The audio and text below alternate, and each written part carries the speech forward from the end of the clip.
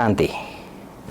प्रजापिता ब्रह्मा कुमारी ईश्वरीय विश्वविद्यालय में आज ज्ञान मंथन स्टूडियो में एक ऐसी दिव्य आत्मा हमारे सामने उपस्थित हैं जो 53 साल से, जी हाँ 53 साल से समर्पित जीवन जी रही हैं और 62 साल से आप ज्ञान में चलती हैं। मधुबन महायज्ञ में पहला जब बेहद विहंग मार्ग की सेवा का जब चांस मिला, हमारी आदरणीय सिलू दीदी ने जी टीवी में आपका पहला प्रवचन 1992 में प्रसारित हुआ, जिसके कारण ब्रह्मा कुमारी संस्था क्या है, क्या कार्य करती है, सारे विश्व को पता हुआ। और ऐसी आभावान दिव्यवान आत्मा आज हमारे सामने उपस्थित है। आपसे ऐसी दिव्य आत्मा से मिलवाने से पूर्व मैं आपको एक चीज़ बताना चाहूँगा कि आज के इस एपिसोड में आपके जीवन में कुछ भी अगर दिल से आपको लगे कि हमें ये चीज़ परिवर्तन करना चाहिए, इनके जीवन गाथा से प्रेरणा पाकर, तो आप ज़रूर परिवर्तन करें। जी हाँ, क्योंकि समय किसी के लिए न रुका है न रुकेगा। ऐसे दिव्य आत्मा से आपको मिलाते हैं हमारी आदरणीय सिलू दीदी। सिलू दीदी, ओम शांति। ओम शांति। दीदी, सर्वप्रथम ये बताएं कि आपका जन्म कहाँ हुआ था? मेरा जन्म मुंबई में हुआ था 1948 में। हमारे माता पिता कराची से आए थे पार्टीशन के समय। 47 में पार्टीशन हुई और मेरा जन्म 48 में हुआ। दीदी, आपका पढ़ाई लिखाई सारी मैंने मुंबई में की। दीदी, ज्ञान आपको कैसे प्राप्त हुआ? ब्रह्मा कुमारी के संपर्क में आप कैसे आई? मेरी लौकिक माता जी को पहले ज्ञान मिला। वो एक गीता पाठशाला में जाती थी। मैं तो स्कूल पढ़ती थी, लेकिन वो एक गीता पाठशाला में जाने लगी। मैं समझती हूँ 1958 में, 58 में। तो मैं तो उस समय केवल 10 साल की थी। तो एक दिन मुझे वो उस गीता पाठशाला में ले गई अब मेरी लौकिक माँ, और वहाँ पर बाबा की मुरली चल रही थी और मैं बैठ गई। तो मैं मुरली सुनती रही और ऐसे लगा कि जैसे मैं सब समझ रही हूँ, मुझे सब समझ में आ रहा है। तो मुझे लगा कि ये जहाँ जाती है मेरी लौकिक माता जी, ये बहुत अच्छा स्थान है। फिर माना ये जो ज्ञान था आपको समझ में आ रहा था? हाँ, ऐसे लगा कि जैसे सब बाबा की मुरली सुना रही थी बहन, तो लग रहा था जैसे मैं तो सब समझ रही हूँ, मुझे सब समझ में आ रहा है। और फिर मुरली रिपीट की तो मुझे लगा कि जो भी रिपीट भी करे वो भी सब मुझे समझ में आ रहा है, जैसे मैं ये सब जानती हूँ, ऐसे मैंने अनुभव किया। आपके कितने भाई बहनें हैं? लौकिक में तो मेरा कोई भाई बहन नहीं है, मैं एक ही बेटी हूँ, अकेली हूँ। और क्योंकि मैं केवल 3 दिन की थी, मेरे लौकिक पिता ने देह त्याग किया, एक एक्सीडेंट में उनकी मृत्यु हुई। तो मैं तो पहली संतान थी। मैं तो पढ़ती थी, इसीलिए तो कोई ऐसी बात नहीं थी। आपने साकार बाबा को भी देखा? जी बिल्कुल। तो 1959 दिसंबर में ब्रह्मा बाबा मुंबई में आए थे और हर साल मुंबई में बाबा आते थे। तो वो पहले दिन तो मैं गई गीता पाठशाला में, लेकिन उसके बाद फिर नहीं जाना हुआ क्योंकि पढ़ती थी तो कुछ समय भी नहीं मिलता था। लेकिन जब बाबा मुंबई में आए तो एक दिन ब्रह्मा भोजन का प्रोग्राम था, तो मेरी लौकिक मदर को भी निमंत्रण मिला, तो वो मुझे भी ले गई। अच्छा। ब्रह्मा बाबा के पास, क्योंकि बाबा जब आते थे तो एक बड़ा फ्लैट लेते थे, अपार्टमेंट भाड़े पर लेते थे और 3 महीना कम से कम बाबा रहते थे बॉम्बे में, दिसंबर जनवरी फरवरी मुंबई में। अच्छा। तो उस समय सबको बाबा नंबरवार बुलाते थे, ब्रह्मा भोजन रखते थे ताकि बाबा का सबके साथ संपर्क हो। तो मेरी मदर को भी निमंत्रण मिला और वो मुझे ले गई। तो ब्रह्मा भोजन चल रहा था और उस समय ब्रह्मा भोजन ऐसे नहीं था कि सबकी थाली में परोसा गया और बाबा कहे कि अच्छा बच्चे या बाबा की याद में भोजन स्वीकार करो, ऐसे नहीं होता था। बाबा भी बैठते थे और सब पहले बैठते थे और बाबा थोड़ा संबोधन करते थे, फिर एक एक की थाली में डालते थे और एक एक करके बाबा के पास आते थे। तो और बाबा के सामने बैठ के बाबा से दृष्टि लेते थे और फिर जैसे बाबा की गोद में सिर रखते थे और बाबा पीठ थपथपाते थे और कोई न कोई वरदान देते थे। और फिर मुख में एक गिट्टी डालते थे, भोजन का, सब्जी, हाँ भोजन का, रोटी और सब्जी डाल के, तो एक दृष्टि भी मिलती थी, वरदान भी मिलता था और पीठ भी थपथपाते थे और बाबा की गोद भी मिलती थी और बिल्कुल लगता था जैसे बाबा से इतनी शक्ति मिली है। फिर हम जाते थे वापस सबकी जगह। तो ऐसे करके थोड़े थे, करीब 25-30 भाई बहनों को ही बुलाते थे, ज़्यादा भी नहीं। पहली बार आप जब बाबा से मिले तो कैसा फीलिंग हाँ, था? तो क्या हुआ कि मेरी लौकिक माता जी तो बाबा के पास गई, तो मुझे थोड़ा संकोच हुआ क्योंकि मैं छोटी थी, अभी तो 11-12 की साल की भी नहीं थी, 11 साल की थी, तो मुझे संकोच हुआ। तो जैसे मेरी लौकिक माँ का पूरा हुआ, मैं सब देखा और मैं सोच रही थी मैं जाऊँ या नहीं जाऊँ, मैं छोटी हूँ, मुझे परमिशन मिलेगी नहीं मिलेगी, तो मैं संकोच कर रही थी। तो बाबा ने मुझे बुलाया, आओ बच्ची आओ, आओ आओ आओ बच्ची आओ। तो जैसे बाबा ने कहा ना आओ बच्ची आओ, तो मुझे एक मैग्नेटिक पुल हुआ। इतना अच्छा मैग्नेटिक पुल, जैसे कि वो बाबा का वो प्यार मुझे ऐसे खींचा, आओ बच्ची, क्योंकि वैसे ही लौकिक पिता नहीं था। थे, जी, जी। और मुझे ये हमेशा रहता था कि मुझे पिता नहीं है, और यहाँ बाबा ने बच्ची आओ पिता के रूप में जैसे कहा, पिता का भान आ गया। हाँ, तो मैं सीधी दौड़ के जैसे बाबा के पास गई और एकदम बाबा को चिपक गई और बाबा की गोद में सिर रखा और बाबा ने मेरे पीठ पर थपथपाया और दृष्टि दे करके वरदान दिया कि बच्ची अपने पिता के पास वापस आ गई।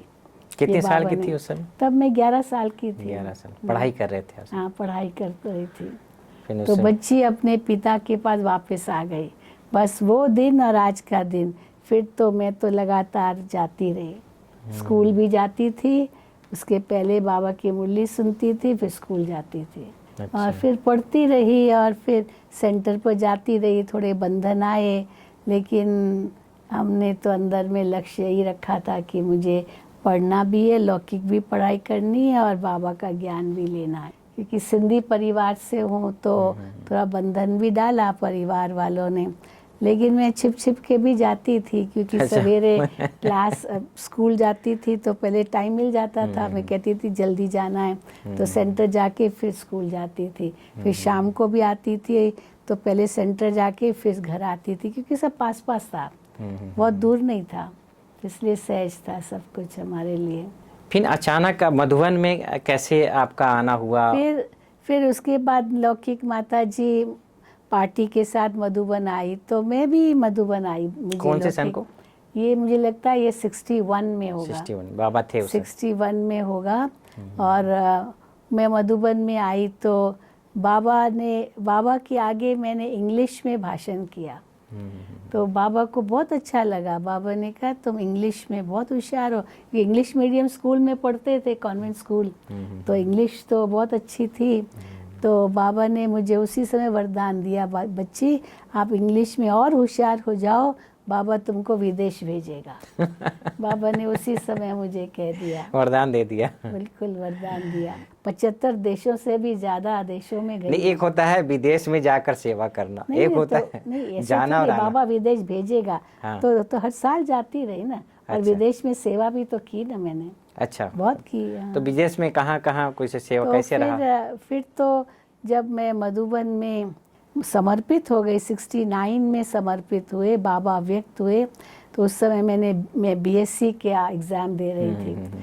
तो 69 में बीएससी कंप्लीट करने के बाद अव्यक्त बाप दादा ने कहा कि मधुबन में अभी ट्रेनिंग प्रोग्राम्स होंगे, तो जो कन्याओं का जो पहली ट्रेनिंग थी। कितने लोग थे उसमें? उसमें हम लोग 30 कुमारियाँ थी। जो आप जोन इंचार्ज हैं सर? हाँ, जो अभी जोन इंचार्ज है वो हम उस ट्रेनिंग में हम थे।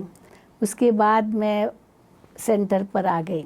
घर से परमिशन तो नहीं थी, लेकिन मैंने कहा मुझे तो अभी यही सेवा करनी है। तो क्योंकि सब कहते थे एमएससी करो, ये करो, वो करो, पर उसके पहले 67 में बाबा साकार में थे तो घर में सबका फोर्स था कि डॉक्टरी पढ़ो, एमबीबीएस करो, क्योंकि उसके बाद लाइन होती है चेंज करने की, क्या चाहते हैं, मेडिकल लाइन या इंजीनियरिंग लाइन या जो लाइन।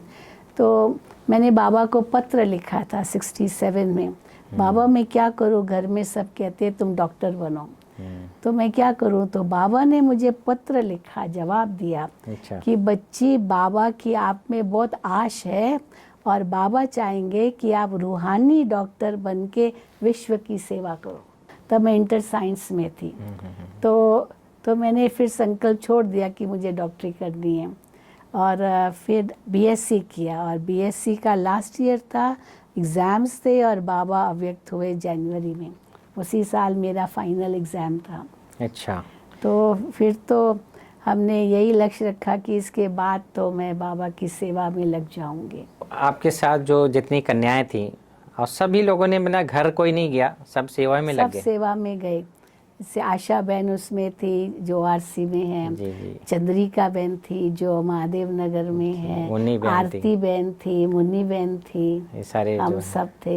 जोन इंचार्ज हाँ, जो हैं, सब जो अभी सत्यवती बड़ी-बड़ी दीदी और अपने बहुत सारे थे। शीला दीदी, सारे थे। शीला दीदी तो उस समय नहीं थी, लेकिन वो तो एक था जो हमारे पहले 2 महीने की ट्रेनिंग होती थी, जी जी। जिसमें सेंटर पर रहने वाली बहनों का था। अच्छा। इसमें वेदांती बहन थी, जयंती बहन भी उसी में थी। अच्छा। और भी जो अभी सेंटर पर रह रहे थे 68 से कई रहे, तो वो उनकी थी। और हमारी 69 में थी। हम लोग सब कॉलेज से आई थी। अच्छा। कॉलेज पढ़ करके आई थी, उनके लिए ट्रेनिंग थी। दीदी, जब आपकी ट्रेनिंग पूरी हो गई तो दादी ने कौन सा सेंटर पे आपको भेजा? तो जैसे ट्रेनिंग पूरी हुई तो उसी में ही बाबा ने कहा कि अभी 1 महीने की आपने थियोरेटिकल ट्रेनिंग की है, क्योंकि क्लासेस कराए। दादी जानकी थे, नलनी दीदी थी, कूंज दादी थी, चंद्रमणि दादी थी, सब हमारी टीचर्स थी। दीदी, दादी प्रकाशमणि, सब ने हमारे क्लासेस कराए, खूब शक्ति भरी। फिर अव्यक्त बाबा ने कहा कि अभी आपको 1 महीने की प्रैक्टिकल ट्रेनिंग करने सेंटर पर जाना है। अच्छा। तब बाबा नंबर देंगे कौन से सेंटर पर कौन कौन जाएगा।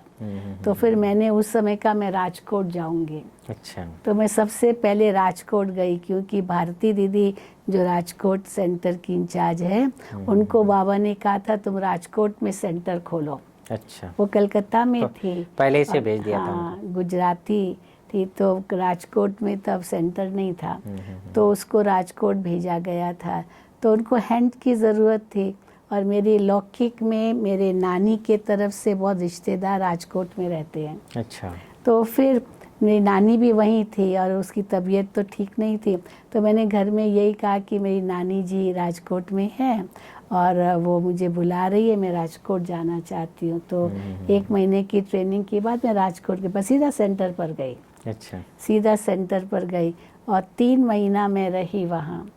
फिर वापस आना था मुंबई में, क्योंकि कॉलेज की पढ़ाई में हमने लाइब्रेरी से किताबें ली थी, वो सब वापस कर दी। अच्छा, पढ़ाई बाकी थी उस समय? नहीं, बीएससी कंप्लीट किया था, लेकिन किताबें हमने ली थी लाइब्रेरी से, वो बहुत सारी किताबें होती है, तो वापस भी करनी थी, सर्टिफिकेट लेना था, मार्कशीट, कुछ भी नहीं लिया ना। एग्ज़ाम्स पूरे हुए और मधुबन आ गए। बराबर। तो इसलिए फिर वापस आई मधुबन। अब फिर मेरी परीक्षा शुरू हुई कि तुम अभी आगे क्या करना चाहती हो। 4 ऑप्शंस दिए गए कि शादी करो, या तो आगे पढ़ो, या तो नौकरी करो। मैंने कहा चौथा दिया, तुमको जो चाहिए करो, तुमको सेंटर पर जाना है, सेंटर पर जाओ।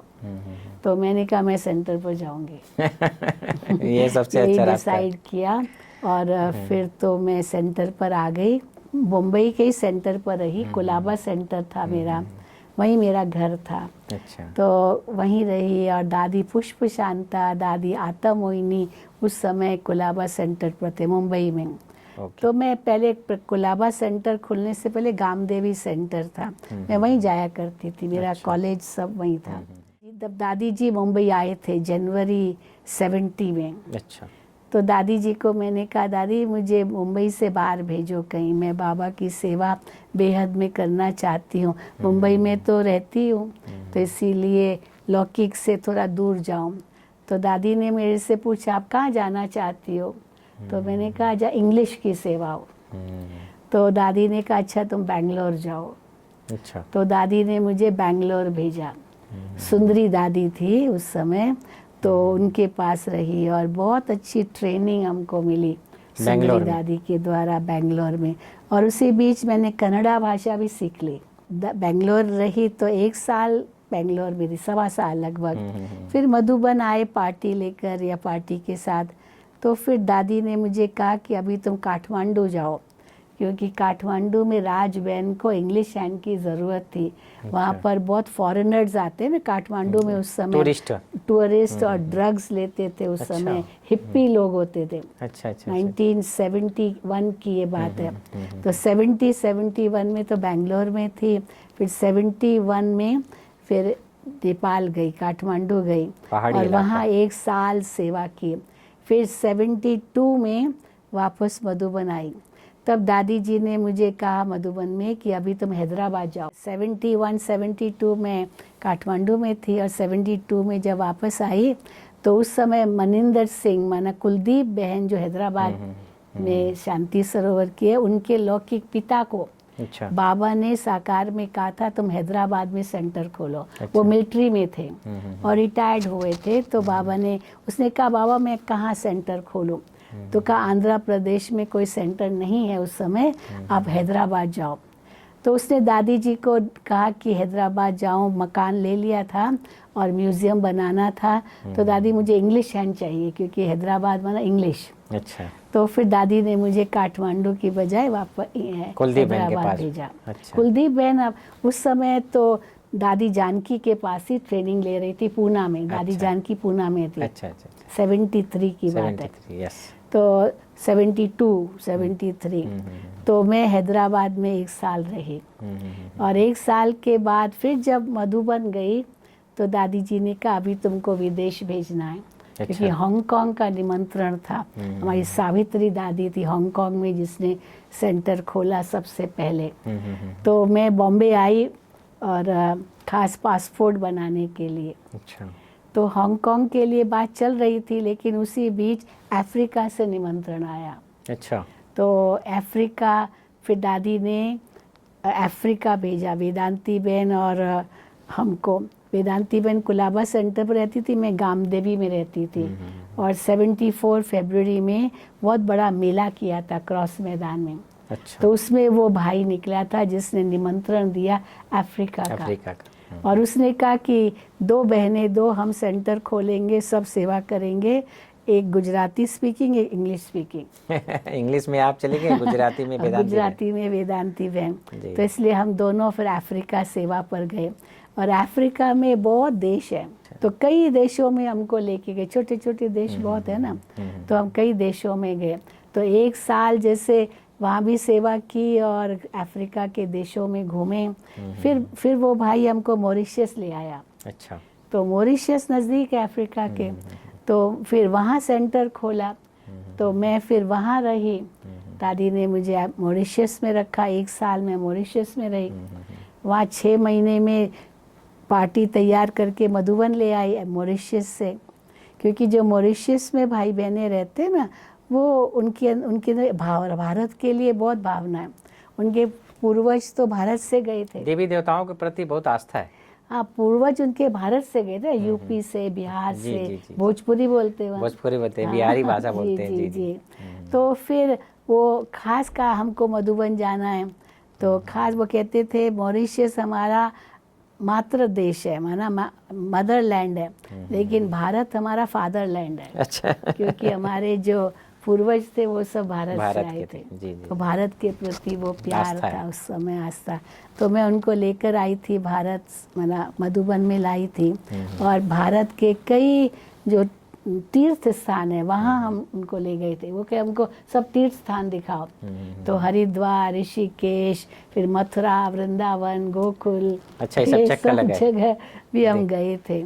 और फिर तो वापस गए, 75 दिसंबर की ये बात है।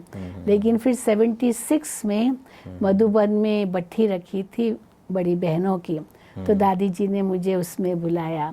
और 76 जून से फिर मैं मधुबन में ही हूँ। दादी जी ने मुझे मधुबन में रखा क्योंकि फॉरेनर्स आना शुरू हो गए थे।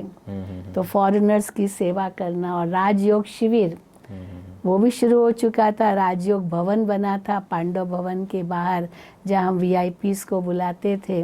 तो इसीलिए इन सेवाओं के लिए दादी जी ने मुझे मधुबन में रखा। ये वरदान कैसे मिला आपको? आपको कहते हैं घर की पौड़ी। हाँ, ये क्या था, मैं मधुबन में रहने लगी तो मधुबन में तो बहुत सेवा थी, तो करीब 2-3 साल तो मधुबन मेरे कहीं गई नहीं। तो मुझे थोड़ा संकल्प आता था कि कहीं पर ज़रूर जाऊं मैं और देखूं। विदेश में तो रही लेकिन अब भारत में भी तो कुछ देखूं। तो उस समय जैसे अव्यक्त बाप दादा के सामने मैं गई तो बाबा ने मेरे से प्रश्न किया, आप कौन सी गंगा हो? अच्छा, तो अव्यक्त बाप दादा ने। अव्यक्त बाप दादा ने, ये करीब मैं समझती हूँ 77, 78, 79 की बात जी, होगी। जी, जी। तो बाप दादा ने पूछा, आप कौन सी गंगा हो? तो मैंने कहा, बाबा मैं ज्ञान गंगा हूँ। तो बाबा ने कहा, ज्ञान गंगा है तो और भी, आप विशेष कौन सी गंगा हो? तो मुझे आया कि मैं बहती गंगा हूँ, क्योंकि गंगा बहती है तो बहती गंगा हूँ। कि कौन सी गंगा हो, कौन सी नदी हो, ये नहीं, कौन सी गंगा हो। जी। तो मैंने कहा मैं बहती गंगा हूँ। बाबा ने कहा नहीं, जो सेवा केंद्रों पर रहती ना वो बहती गंगाएं हैं। हाँ, वो क्योंकि ऑलराउंडर होती है ना, सारा क्योंकि काम वो करती आज इस सेंटर पर, कल दूसरे हाँ, सेंटर दूसरे पर, सेंटर। परसों जी, तीसरे जी, जी। सेंटर पर चलते घूमती रहती है। और स्टूडेंट तो वही होते हैं, गंगा बहती बहती रहती है। तो आप कौन सी गंगा हो? तो मुझे आया नहीं जवाब। तब बाबा ने मुझे कहा, तुम हर की पौड़ी की गंगा हो। जैसे हर की पौड़ी पर सारी दुनिया के लोग आते, ऐसे तुम्हारे पास यहाँ आएंगे और तुम्हारे में स्नान करेंगे।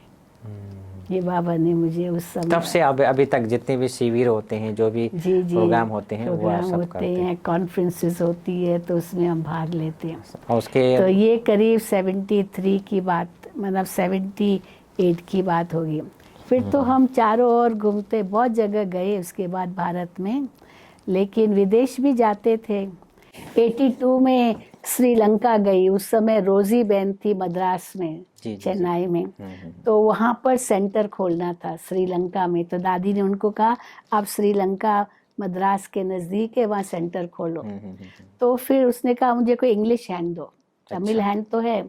तो फिर दादी ने मुझे मैं तो आ गई थी मधुबन ना, मधुबन में ही थी, तो 3 महीने के लिए मुझे दादी ने श्रीलंका भेजा। अच्छा। तो वहाँ श्रीलंका में रही। तो मानो कि हैदराबाद थी तो तेलुगु सीख ली, बेंगलोर थी कन्नड़ा सीख ली, और फिर नेपाल गई तो नेपाली सीख ली। तो फिर मैं श्रीलंका में रही, और फिर जब वापस आई तो बहुत सेवाएं तो मधुबन में थी ही। तो ये 82 की बात है। और फिर तो 85 में फिर मैं एशिया टूर पर गई, करीब 12 देशों में जाना हुआ एशिया के। अच्छा। तो कई, Singapore, Malaysia, Indonesia, Philippines, Thailand, ये ऐसे जापान, वो सब 3 महीने का टूर था। अच्छा। तो जैसे श्रीलंका में 3 महीना रही तो जुलाई, अगस्त, सितंबर में मधुबन में कोई सेवाएं नहीं होती थी, बारिश बहुत होती थी। तो फिर दादी जी मुझे विदेश भेजती थी। लंदन में जो ग्लोबल रिट्रीट सेंटर खुला, उसका उद्घाटन हुआ। हाँ, उसके उद्घाटन में दादी जी भी गए थे, तो मैं भी दादी जी के साथ गई थी। अच्छा, अच्छा। और वहाँ लंदन में उद्घाटन हुआ। फिर दादी जी ने मुझे यूरोप के कई देशों में भेजा, लंदन से दादी जानकी ने भेजा, जी, क्योंकि बहुत जगह सेवा केंद्र खुल गए थे। जी, जी, जी। तो 91 में मैंने कम से कम 10-12 ये यूरोप के सेवा केंद्रों की का भ्रमण किया। दीदी, अचानक जो है चैनलों में सेवा कैसे स्टार्टिंग हुआ? कि पहले तो केवल दूरदर्शन ही था, जी, जी। फिर 92 में, एंड ऑफ 92 या 93 होगा, जी, जी, जी। तो प्राइवेट चैनल्स चालू हुए, सैटेलाइट जी, जी, का जी। वो सब जैसे रखा जी, गया। जी। तो सबसे पहले जी टीवी शुरू हुआ, जी टीवी चालू हुआ। सबसे पहले हाँ। जी टीवी। जी। और जी टीवी वालों का तो प्राइवेट चैनल, जी। तो उनके अंदर में आया कि ये जो इतने सारे राइट्स हुए हैं तो शांति होनी चाहिए, तो हम तो आध्यात्मिक संस्थाओं को हम बुलाएंगे जो शांति पर बोलेंगे। बराबर। तो ये पहला प्राइवेट चैनल जी चालू टीवी हुआ, जी ने टीवी चांस दिया। तो उन्होंने ब्रह्मा कुमारियों को इनवाइट किया। एक भाई था जिसने उनसे संपर्क किया और ब्रह्मा कुमारियों का इनविटेशन लिया। तो करुणा भाई को यह निमंत्रण मिला, तो उसने दादी जी को कहा कि दादी जी आप संस्था से कोई ऐसी बहन चले जो टीवी में लेक्चर दे, ये प्राइवेट चैनल्स चालू हुए। तो दादी जी ने मुझे कहा, क्योंकि मैं ही थी वहाँ सबसे पहले, जी जी उस समय तो और इतनी सारी उषा बहनें बहन, थी भी उषा नहीं। बहन उषा बहन तो बहुत बाद में आई है। अच्छा वो तो अफ्रीका में हम जब गए जी, तब जी। वो ज्ञान में आई, मतलब अच्छा। उस समय वो कांटेक्ट में आए जी। ब्रह्मा कुमारियों की और 74 में। 74 में, ओके। तो उसी समय मतलब 74 में उन्होंने टीचर्स ट्रेनिंग किया। नहीं हाँ। वो तो ज्ञान में आई, तो 12 साल की थी उस समय। अच्छा, छोटी थी वो। हाँ हाँ, तो ओके। स्कूल पढ़ती थी। तो उसकी तो कहानी अलग है, उसको जी, तो जी। ज्ञान पसंद ही नहीं था पहले। हाँ हाँ, बताती हैं तो वो कि जबरदस्ती माँ बाप उनको हाँ, बिठाते थे। बैठाते थे और जैसे। कैसे एक दिन वेदांती बहन भोग में गई और उसी समय इनको जैसे श्री कृष्ण का साक्षात्कार हुआ उस तब प्रकार। से वो हाँ, ज्ञान में तो थोड़ा तल्लीन हम हो गए। दोनों थे ना, तो जी, जी। वेदांती बहन और हम दोनों अफ्रीका गए थे तब, अफ्रीका के, उस जी, समय की बात है। जी। तब वो ज्ञान में निकली। तो फिर 92 में जब ये राइट्स शुरू हुए तो उसको कैसे उसमें शांति हो, तो ये प्राइवेट चैनल्स ने ब्रह्मा कुमारियों को निमंत्रण दिया। तो करुणाबाई ने दादी से बात की, तो दादी ने कहा कि आप शीलू बहन को ले जाओ। बराबर। तो फिर मैं बॉम्बे गई और वहाँ पर जी टीवी की जो इंचार्ज थी वो हिंदी के आध्यात्मिक स्पिरिचुअल लेक्चर्स की, उसका नाम भी करुणा बहन था। आप शांति की बातें करो ताकि हमारे देश में शांति हो जाए। अभी तो 192 देशों में जाता है ये चैनल। अभी तो अलग बात है ना, लेकिन उस समय उसमें की 60 बात है। देश में जाता तो उस समय 60 देशों में जी टीवी जब शुरू हुआ था, तो मैंने सोचा मैं क्या बोलूं, क्योंकि मैं तो राजयोग शिविर कराती थी, उसमें तो आत्मा परमात्मा ये सारा ज्ञान था, वो भी नहीं देना है। तो फिर जैसे बाबा ने टचिंग की, बस शांति पर लेक्चर दो, केवल शांति। शांति क्या आत्मा है का कि स्वधर्म शांति वो है। बस वो सब आधा घंटे का लेक्चर दिया, उसको बहुत पसंद आया। उसने कहा तो बहुत अच्छा है, ये तो यही चाहिए समाज को, शांति कैसे बनी रहे। तो कहा फिर और लेक्चर रिकॉर्ड करो, तो और किए, हर हफ्ते हफ्ते देते थे। फिर सोनी टीवी वाले, सोनी टीवी आ गया, तो सोनी टीवी ने भी कहा हम आपका लेंगे। अच्छा। तो इसी प्रकार हमने कितने लेक्चर रिकॉर्ड किए। और आबू में तो कोई ऐसी व्यवस्था थी नहीं, मधुबन में, तो बार बार मुझे मुंबई आना पड़ता था रिकॉर्डिंग के लिए, रिकॉर्डिंग करने के लिए। तो मुंबई आती थी और रिकॉर्डिंग करती थी स्टूडियो में जा करके। अच्छा। उनका ही स्टूडियो था, और भी कई स्टूडियोज थे जहाँ रिकॉर्डिंग करते थे। तो इसी प्रकार से हमारा शुरू हुआ। और उसी समय ही था या उसके पहले जब मैं शिविर कराती थी तो कमेंट्री देती थी, ओम मैं आत्मा हूँ आदि आदि। जी, वो आपकी भी दीदी बहुत ये सारे भी ऐसे शुरू हुआ हमारे से। कमेंट्री आपके द्वारा ही जी कमेंट्री सबसे स्टार्टिंग हुआ, पहले यही हुआ। राजयोग तो मैं कमेंट्री। कमेंट्री देती थी, तो बाबा ने एक दिन मुझे कहा, अवेक बाप दादा ने, कि आप ये जो कमेंट्री कराती हो ना, तो कैसे कराओ, कैसे वो स्वरूप में स्थित होकर के आप ये कराओ, तो सबको ये वाइब्रेशन है। मतलब बाबा ने बहुत कुछ कहा।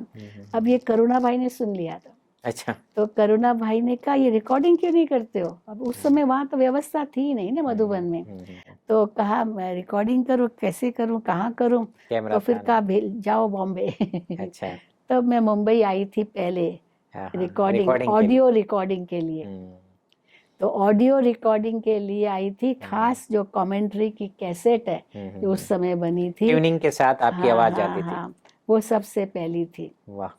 फिर उसके बाद तो अलग है, फिर तो टीवी का बना। तो मानो या तो क्या है कि जब ये कैसे मेरा प्रोग्राम बना, ये भी तो बाबा का वरदान ही था। जी। बाबा का वरदान था, क्योंकि मैं हैदराबाद गई थी। हैदराबाद में नागार्जुना फर्टिलाइजर्स कॉर्पोरेशन में प्रोग्राम रखा था।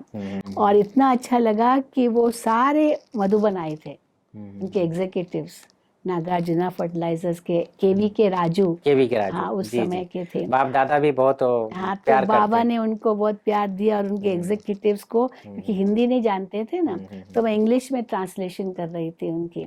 तो जैसे ट्रांसलेशन उनकी पूरी हुई, वो सब बाबा से मिले। तो फिर लास्ट में मैं गई बाबा के आगे, भाई बाबा मुझे टोली देंगे, क्योंकि वो तो बोल चुके थे बाबा उनके आगे।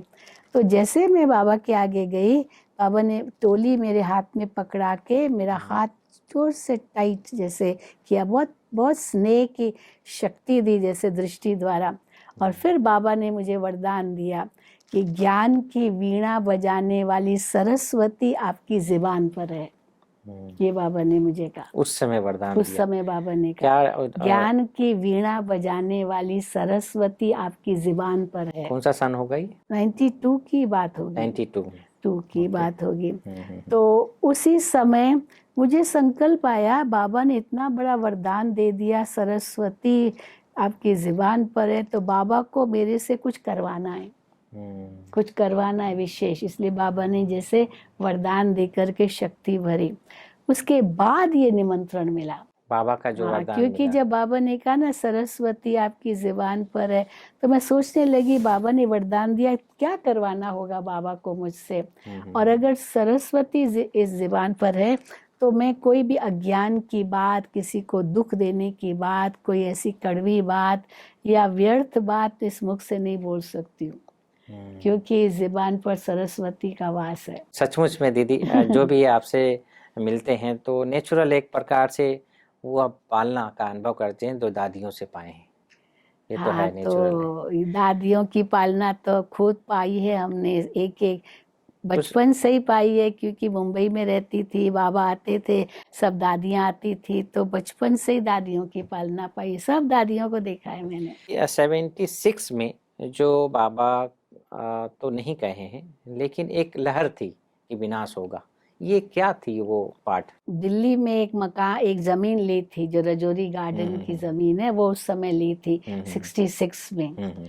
तो ये था कि वो जमीन का झगड़ा कुछ चल रहा था, तो यही था बाबा ने कहा उनको कहो कि हमको ये जमीन दे दो, हम 10 साल में राम राज्य लाएंगे। बोले ऐसे अच्छा। सब 10 साल में, माना 76 में विनाश होगा, विनाश तभी तो होगा, राम राज्य। राज्य। ऐसे बाबा ने कहा। अच्छा। बाबा की मुरलियों में आता है, हम जी, राम राज्य लाएंगे, जी, ये जी। लाएंगे, ये लाएंगे। तो हाँ। उस समय की बात थी, तो ये बाबा के शब्द नहीं थे 76 में विनाश होगा, जी, जी। लेकिन बाबा ने ये कहा था कि 10 साल में हम राम राज्य लाएंगे। और उस समय वो जमीन मिली थी उसी के आधार से। और लोगों ने सोच लिया कि 10 साल मारा कि अभी 10 साल वो में विनाश हो 66 जाएगा। में था। हाँ, तो वो जमीन मिली, रजौरी गार्डन का सेंटर बना, और तो सब ने ये सोचा और 76 देखा में जाए विनाश दीदी कि राम राज्य तो चल रहा है। जो ज्ञान योग में पल रहे हैं, जी रहे हैं, यही तो राम राज्य है। बिल्कुल बिल्कुल।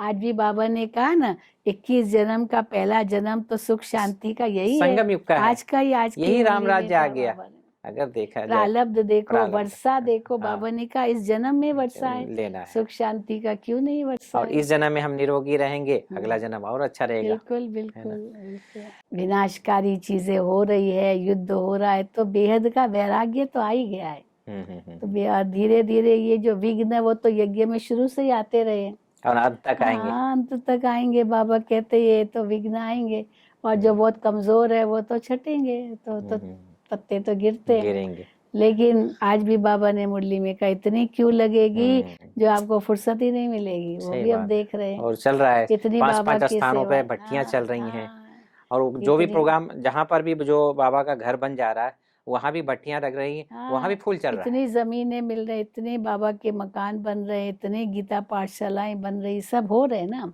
बाबा की सेवाएं तो बहुत बढ़ रही है। और यही पहले सतयुग फिर त्रेता युग, जो संख्या है आस्ते आस्ते बढ़ती जाएगी। 2 युग के सब आत्माओं को तैयार करना है, तो कितनी करोड़ों आत्माओं को बाबा का संदेश तो पहुंच ही रहा है ना। लगभग कितने साल और हम पुरुषार्थ करें? वो तो बाबा ने कहा ही नहीं है। हाँ, बस हमको अपने आप को देखना है, मैं संपूर्ण बनूं, मैं संपन्न बनूं, मैं बाप समान बनूं, यही लक्ष्य रखना है। हमारी रानी दीदी आई थी, तो मैंने उनसे पूछा था, दीदी आप अपना खुद का क्या पुरुषार्थ करें? उन्होंने एक ही शब्द कहा कि मैं अपने इस कर्मेंद्रियों को पूछती हूँ, थपथपाती हूँ अपने एक एक कर्मेंद्रियों को। ठीक है, अंदर ही अंदर अपने प्रजा को देखती हैं। तो आपका क्या पुरुषार्थ रहता है? मेरा पुरुषार्थ यही मुख्य रहता है, अशरीरी बनने का। जैसे ये देह में है और देह से न्यारे है, ये मेरा बहुत पुरुषार्थ चलता है। अशरीरी का मतलब क्या, संकल्प क्या करती हैं आप? ये अशरीरी माना मैं आत्मा, जैसे आज भी बाबा ने कहा अकाल तख्त पर विराजमान, वरदान था आज का बाबा का। तो यहाँ अकाल तख्त सो दिल तख्त, तो अकाल तख्त और दिल तख्त और फिर भविष्य तख्त, ये हम ये हमेशा सोचते हैं कि मैं अकाल आत्मा इस अकाल तख्त पर विराजमान इस इंद्रियों का मालिक हूँ। और प्रजा भी मानेगी, कर्म बिल्कुल इंद्रियां भी मानेगी। बिल्कुल मानेगी ना, क्यों नहीं मानेगी। मैं राजा हूँ ना इन कर्म इंद्रियों का। तो मैं अकाल तख्त पर विराजमान होकर के इन कर्म इंद्रियों का राजा बन करके इन कर्म इंद्रियों को चलाती हूँ, और ये सब मेरे ऑर्डर में है। मेरा हाथ कोई ऐसा कर्म नहीं कर सकता मेरे ऑर्डर के सिवाय। मेरी ज़ुबान कोई ऐसा काम बोल नहीं सकती मेरी ऑर्डर के सिवाय। इसीलिए मैं मालिक बन करके करती हूँ। तो कई बातें कानों में सुनते हैं, लेकिन बाबा कहते एक कान से सुनो दूसरे कान से निकाल दो। अपनी अवस्था कभी बिगाड़नी नहीं है। कई लोग बहुत सेंसिटिव होते हैं, छोटी छोटी बात में इतना फीलिंग में आते हैं। मैं कभी फीलिंग में नहीं आती हूँ, कभी नहीं। ठीक है, इनका अपना part. Let go let God, हम तो यही कहते हैं, छोड़ो और बाबा को छूटो। सब छूटो और बाबा को सौंप दो सब। तो बस जो बाबा कहते हैं ना, नॉट और डॉट, इस पर मेरा बहुत अटेंशन रहता है, नहीं सोचना है। और जो हुआ ड्रामा बिंदु, बस। माना आप ड्रामा को माना आगे रखती हो पुरुषार्थ के बाद। बिल्कुल बिल्कुल, ड्रामा तो पक्का है, हमेशा हर वक्त पक्का है। बाबा साथ है मेरा, और ड्रामा पक्का है, बुद्धि में है। तो जो कुछ है सब कल्याणकारी है, कुछ नया नहीं है। सब जो है सब सही है। हम ऐसे समझकर, जैसे बाबा ने ड्रामा का ज्ञान दिया है, उस पर बहुत मेरा पक्का विश्वास है। ये कह सकते हैं दीदी कि एक सिक्के के दो पहलू हैं, एक तरफ बाबा दूसरी तरफ ड्रामा, ये कह सकते हैं? हाँ, दोनों साथ में है ना। साथ में है, हाँ, कमांड बाबा है। भी जैसे हम बाबा को जब उंगली हम इतना प्यार कर रहे हैं, उंगली नहीं दिखा रहे हैं, उनको उंगली नहीं दिखा रहे हैं, उनकी कमियां नहीं बता रहे हैं, ऐसे ड्रामा को भी हम ना बताएं। बिल्कुल, ड्रामा में भी कोई कमी नहीं है। ड्रामा बड़ा एक्यूरेट है, बहुत सुंदर है। बस खेलना है। ये जो आज खेलना भी आना चाहिए लेकिन। हाँ, खेलना आना चाहिए। ये स्मृति विस्मृति का खेल है, समझ और बेसमझी का खेल है। आज भी बाबा ने कहा, इतने समझदार फिर इतने बेसमझ, ये खेल है, नाटक है। तो हर बात में एक नाटक है, ये समझ कर चलते हैं। सबका अपना अपना पार्ट है। अब वो क्या कर रहा है, वो क्या कर रहा है, मुझे नहीं देखना है, मुझे अपना पार्ट देखना है। वो परचिंतन भी हो जाता है। बिल्कुल बिल्कुल स्वचिंतन उन्नति की सीढ़ी, और परचिंतन माया पतन की कोई ना कोई रूप लेकर के आएगी, नया नया रूप लेकर आएगी। तो इसलिए मुझे माया से बहुत सावधान रहना है। माया मेरे पर कभी वार न करे। बस बाबा का की छत्र छाया में हूँ, माया से दूर हूँ, यही हम बुद्धि में सदा धारण करते हैं। जैसे आज की युवा पीढ़ी है, बहुत सारे ऐसे युवा पीढ़ी भटक रहे हैं और उनको व्यसन या कहें या बुराइयां, संग दोष जिसको कहते हैं, तो ऐसी आत्माओं को आप क्या संदेश देना चाहेंगे? वर्तमान परिस्थिति, जो परिस्थितियां चल रही हैं, एक तरफ युद्ध चल रहा है और दूसरी तरफ आर्थिक तंगी आ गई है, लेकिन हमें सब कुछ करना है, करते हुए भी हमारी अवस्था अच्छी रहे, तो युवाओं के प्रति कुछ संदेश। हम तो यही संदेश देंगे कि ये जो मनुष्य जीवन है ये बहुत अमूल्य है। हमारा हर श्वास, हर संकल्प, हर घड़ी, हमारी शक्ति और हमारी संपत्ति, ये सब अमूल्य है। अगर ये व्यर्थ जाएगा तो जीवन भी व्यर्थ जाएगा। ये हीरे तुल्य मानव जीवन है। इस हीरे तुल्य मानव जीवन को सफल करना है, तो सफल करना माना हर श्वास सफल हो, हर श्वास में परमात्मा की याद हो, हर घड़ी मेरी सफल हो, कोई भी घड़ी मेरी व्यर्थ न जाए, श्रेष्ठ सोच में जाए। हमारे संकल्प भी इतने ऊंचे हो, हमारी जो शारीरिक शक्ति, मानसिक शक्ति, इनका सदुपयोग हो, और संपत्ति भी हम यही कहते हैं तो भगवान का दिया हुआ है, तन मन धन सब तेरा तेरा, तुझको अर्पण क्या लागे मेरा, हम यही कहते हैं। तो ये संपत्ति भी सही कार्य में उपयोग हो। अगर बीड़ी, सिगरेट, तंबाकू, ये ड्रग्स आदि, इसमें हम अपनी संपत्ति व्यर्थ गंवाते हैं तो हम अपना जीवन बर्बाद कर रहे हैं। अगर जीवन को सफल करना है, ये 5 चीज़ें सफल करो। हर कार्य परमात्मा की याद में करो, श्वास श्वास ईश्वर की स्मृति में जाए, और जो भी पुराने हिसाब किताब है अभी चुकतू करने का समय है। अभी नया कोई कर्मों का खाता बनाने का समय नहीं है। अब जो भी हमारे कर्म हो वो कर्म श्रेष्ठ कर्म होने चाहिए। किसी को हम दुख न दें, दुख दे कर के अपना खाता खराब न करें। तो इसीलिए कोई भी पाप का खाता नहीं बनाना है, विकारों को जीतना है, अपने जीवन को पवित्र योगी बनाना है, तभी ये मानव जीवन सफल होगा। हम तो यही मानते हैं। दोस्तों, आज जिस प्रकार से आदरणीय सिलू दीदी ने हमें एक प्रेरणा दी कि जियो तो जीवन मुक्त अवस्था जैसा। जी हाँ, जीवन में रहते हुए भी दुविधा, दुख, आकर्षण, बंधन, इससे मुक्त रहें। और वो क्या यूज करती हैं? ड्रामा और बाबा को। जी हाँ, ये दो ऐसे हमारे साथ अस्त्र हैं कि पॉइंट शिव बाबा को हमने लगा दिया, ड्रामा बिंदी लगा लिया, डबल लॉक की ताला लग गया और हमारी अवस्था निर्विघ्न रहे। ऐसे ही हमें अपने जीवन में सामने परिवार में रहते हुए भी, समाज में रहते हुए भी हमें साक्षी और साथी बनना आना चाहिए। बाबा 42 साल तक अव्यक्त पालना दिया, 33 साल साकार पालना दिया। अब बारी है सितारों की चमकने की। अब बारी है अपने आप को दिव्य गुणों से सजाने की। आज इस एपिसोड से आपके जीवन में जरूर कुछ न कुछ प्रेरणा जरूर मिलेगी। जैसे हमारी दीदी अपने जीवन को कमल फूल के समान वरदानी मूर्त बनकर, हम मानते हैं कि बाबा ने वरदानों से सजाया है, लेकिन इनका भी खुद का पुरुषार्थ है कि बाबा ने हमें वरदान दिया है। दोस्तों, जो आप मुरली सुनते हैं, उस मुरली के एक एक पॉइंट को अगर हम अपने दिलो दिमाग में लेकर आते हैं तो हमारा वरदान बन जाता है। डेली के वरदान हम गंभीरतापूर्वक, ध्यानपूर्वक सुने और उसको यूज करें तो हम भी वरदानी मूर्त बन सकते हैं और अपने आप को निर्विघ्न बना सकते हैं।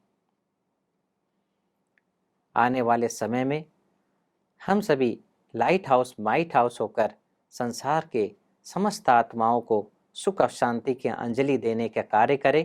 इसी आशा विश्वास के साथ इस एपिसोड को हम यहाँ पूरा करते हैं। फिर एक नए एपिसोड में नए व्यक्तित्व के साथ एक नए टॉपिक पर हम आपके साथ मिलेंगे। तब तक के लिए ओम शांति। ओम शांति।